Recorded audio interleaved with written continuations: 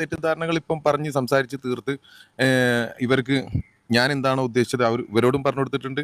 ഇവരെന്ത് ഉദ്ദേശിച്ച് അത് ഞാൻ പൂർണ്ണമായിട്ടും മനസ്സിലാക്കി. എന്തൊക്കെ ബഹളമായിരുന്നു.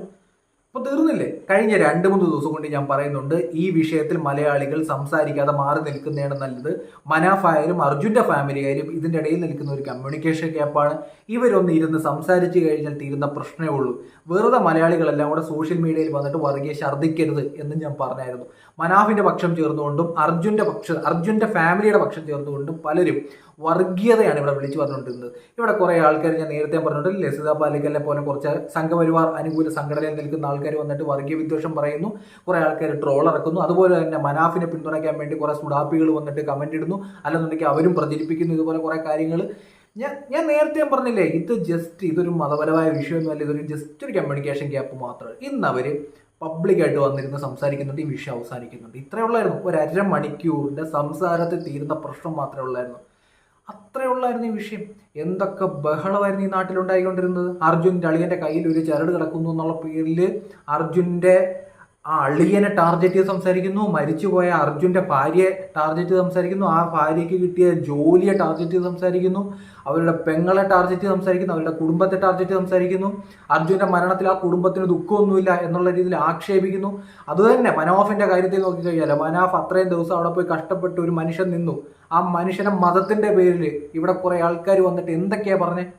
മനാഫിൻ്റെ മതത്തിൻ്റെ പേരിൽ ആക്ഷേപിക്കുന്ന ആൾക്കാരെ നമ്മൾ കണ്ടല്ലേ. Please subscribe my YouTube channel എന്നൊക്കെ പറഞ്ഞിട്ട് ആക്ഷേപിക്കുന്നത് കണ്ടു. അപ്പം ഞാൻ നേരത്തെ പറഞ്ഞില്ലേ, ഇത് ജസ്റ്റ് ഒരു കമ്മ്യൂണിക്കേഷൻ ഗ്യാപ്പാണ്. ഇവിടെ സംഘപരിവാർ അല്ലെന്നുണ്ടെങ്കിൽ സുഡാപ്പി ഇങ്ങനെ കുറേ ടീമുകൾ, ഇതിനിടയ്ക്ക് കുറച്ച് കമ്മ്യൂണിസ്റ്റുകാരും എല്ലാം കൂടെ ചേർന്ന് ഇത് കുട്ടിച്ചോറാക്കി ബഹളമാക്കി പാവം കുറച്ച് ആൾക്കാരെ എന്തെല്ലാം പറഞ്ഞെന്നറിയോ, എന്തെല്ലാം പറഞ്ഞു.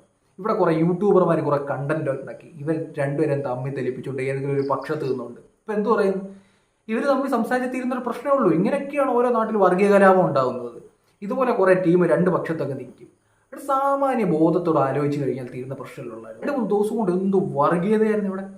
മനാഫിൻ്റെ ഫാമിലിയെ പറ്റി പറയുന്നു, അർജുൻ്റെ ഫാമിലിയെ പറ്റി പറയുന്നു. 10-7 ദിവസം ഏതാണെന്ന് അറിയാതിരുന്നൊരു ഫാമിലിയാണ് ഇവിടെ ടാർഗറ്റ് ചെയ്ത് ആക്രമിച്ചത്. ആ ഈശ്വർ മാൽപ്പയൊക്കെ ആക്ഷേപിക്കുന്നുണ്ട്. എന്തെല്ലാം തരത്തില്ല ആ കുത്തി ഒഴിച്ചു പോയ വെള്ളത്തിൽ ഇറങ്ങിയ മനുഷ്യനെ വരെ ആക്ഷേപിക്കുന്നുണ്ട്.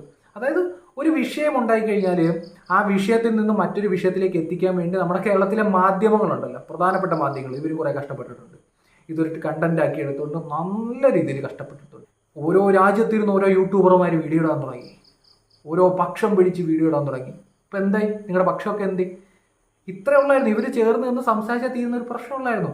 അതിനകത്ത് അർജുൻ്റെ അളിയൻ തന്നെ പറയുന്നുണ്ട്, ഈ മനാഫിൻ്റെ അനിയനല്ലേ ഒരാളുണ്ട്, മുനീർക്ക് എന്നാണെന്നോ അങ്ങനെയാണെന്നോ പേര്, അവർ തമ്മിലുള്ള കമ്മ്യൂണിക്കേഷനും അവർ തമ്മിലുള്ള കമ്പനിയെ പറ്റിയൊക്കെ പറയുന്നുണ്ട്. ഈ തെരച്ചിലിനിടയിൽ ഒരു റൂമിലിരുന്ന് ഭക്ഷണം കഴിച്ചതിനെ പറ്റിയൊക്കെ പറയുന്നുണ്ട്. ഇതർത്ഥത്തിൽ ഒരു സാധാരണക്കാരൻ ഒരു പ്രസ് മീറ്റ് വിളിക്കാൻ നേരത്തെ സാധാരണക്കാരൻ സംസാരിക്കുന്നു, പലതരത്തിലുള്ള ചോദ്യങ്ങൾ വരുന്നു. അതിൻ്റെ ഇടയ്ക്ക് വന്നൊരു വലിയ ഗ്യാപ്പാണ്. അത് ആദ്യമേ കേൾക്കുമ്പോൾ തന്നെ നമുക്ക് മനസ്സിലാവും. ഇത് ആർക്കും മനസ്സിലായില്ലെങ്കിൽ ഇന്ന് മനാഫിന് മനസ്സിലായിട്ടുണ്ട്. ഇവർ തമ്മിൽ സംസാരിച്ച് തീർത്തിട്ടുണ്ട്. ഈ ഒരു സംഭവത്തിനെയാണ് നമ്മുടെ നാട്ടിൽ കുറേ സംഘപരിവാർ അനുകൂല ഇപ്പം മനാഫിൻ്റെ പേര് പറഞ്ഞുകൊണ്ട് കുറേ വീഡിയോ കുറേ ടീം ഇറക്കിയിട്ടുണ്ട്. കള്ളത്തടിയാണ്, സ്വർണ്ണ കടത്താണ്, അങ്ങനെ കുറേ വീഡിയോ, ഇൻഷുറൻസ് തട്ടാണ്. അതുപോലെ തന്നെ ഓപ്പോസിറ്റ് സൈഡ് അർജുൻ്റെ അളിയൻ സംഘിയാണ്, അവൻ്റെ കൈ കിടക്കുന്ന ചരട് കണ്ടില്ല, അതുകൊണ്ട് മുസ്ലിമായ മനാഫിനെതിരെ അവൻ വന്നത് എന്നുള്ള രീതിയിലൊക്കെ എന്തൊക്കെ ബഹളമായിരുന്നു. അപ്പോൾ തീർന്നില്ലേ? ഞാൻ കൃത്യമായിട്ട് പറയാം, ഇതുപോലുള്ള ചെറിയ ചെറിയ വിഷയങ്ങളാണ് പുറത്തുള്ളവർ വർഗീയതയ്ക്ക് വേണ്ടി ഉപയോഗിക്കുന്നത്. പുറത്തുള്ളവരാണ് ഇത് ഉപയോഗിച്ചത്. ആ ഫാമിലിയിലുള്ള ഈ പ്രശ്നത്തിൽ ഇടപെട്ട 2 പേര് സംസാരിച്ചാൽ തീർന്ന കാര്യമാണ്. ഇതിൻ്റെ പുറത്ത് ആരാണ് മനാഫെന്നോ ആരാണ് അർജുൻ്റെ ഫാമിലി എന്നോ ഇവരെ നേരിട്ട് പോലും കണ്ടിട്ടില്ലാത്ത കുറേ ടീം കുറേ വീഡിയോ ഇട്ടുകൊണ്ട് കുറേ ചർച്ച നടത്തിക്കൊണ്ട് കുറേ കമൻ്റ് ഇട്ടുകൊണ്ട് ഇവിടെ ഈ വർഗീയതയ്ക്ക് നല്ല നല്ല കത്തി നിൽക്കുന്ന വർഗീയതയ്ക്ക് അതോട്ട് പടക്കം കൊണ്ടിട്ടു നല്ലതായിട്ട് പൊട്ടാൻ വേണ്ടി കലാപരിപാടിയാണ് ഇവിടെ നടന്നുകൊണ്ടിരുന്നത്. ഇത് മനസ്സിലായല്ലോ, ഈ വർഗീയത എന്ന് പറഞ്ഞ സംഭവത്തിൻ്റെ